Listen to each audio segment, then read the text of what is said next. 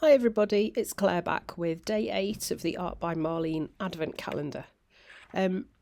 This is today's stencil, lots of patterns. So that's the kind of vibe that I decided to go with today. So I'm letting the stencil kind of sing really and do its thing.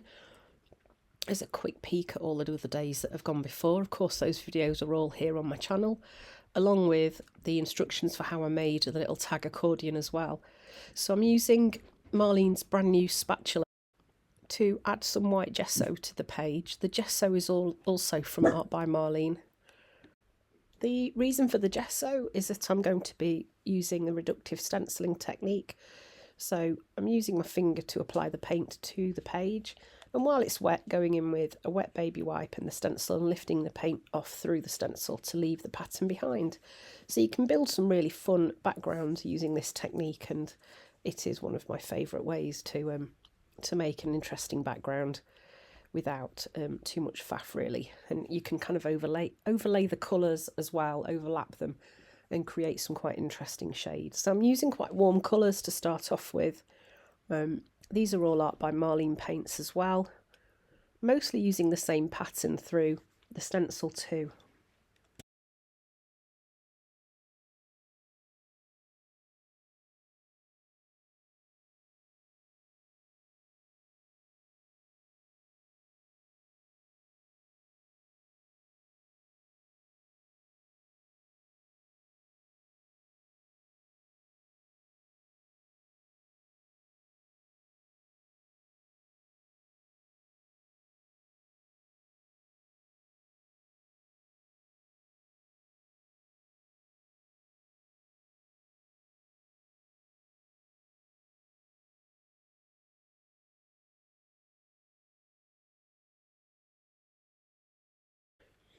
So there were a few comments on some of the previous tags that I'd done. People were sort of saying, what is with all the white space? There isn't going to be a great deal on this tag, as you can see.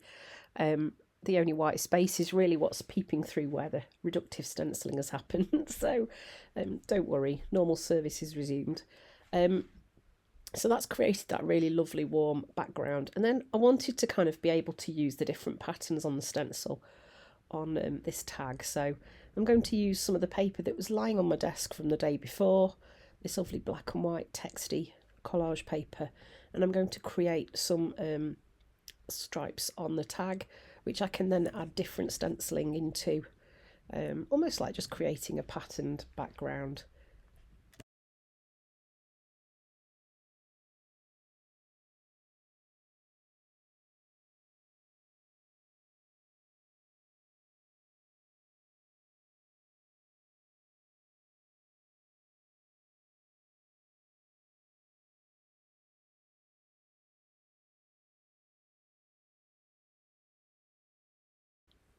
So now I'm going to start using the paint through the stencil. This is one of the neon paints, it's the neon purple. So I'm going in with one layer, drying it while the stencil's still there, and then adding another layer over the top. I went for purple because against all these warm colours it really pops, and it's going to really make the page have that kind of pop of colour. Here I'm using red, and again doing the same thing. I'm going in, adding one layer and then going in and adding another, just to make it really vibrant and stand out.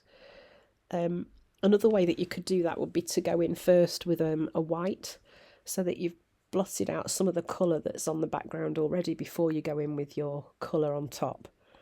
Yeah, so starting to add all my different patterns. And next I'm going to go in and use the acrylic markers and just add more marks and colours and patterns.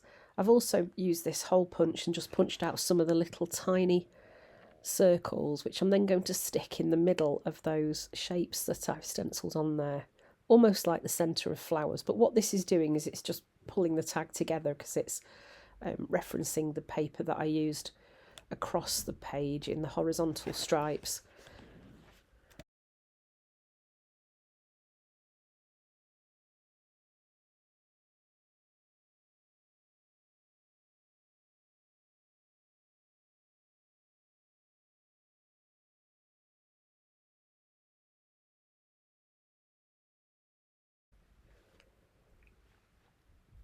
So then I'm just using this Stabilo oil pencil just to add a shadow, and there you can see just water activating it. All that does is just creates a really nice soft line which helps that paper stand out a bit from the background.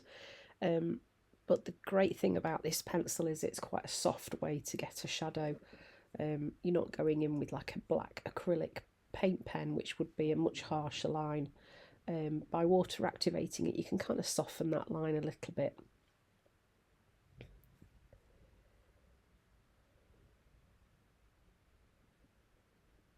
So now it's time for the paint pens. So now I'm just kind of playing really and colouring in parts of the different shapes using the different colours.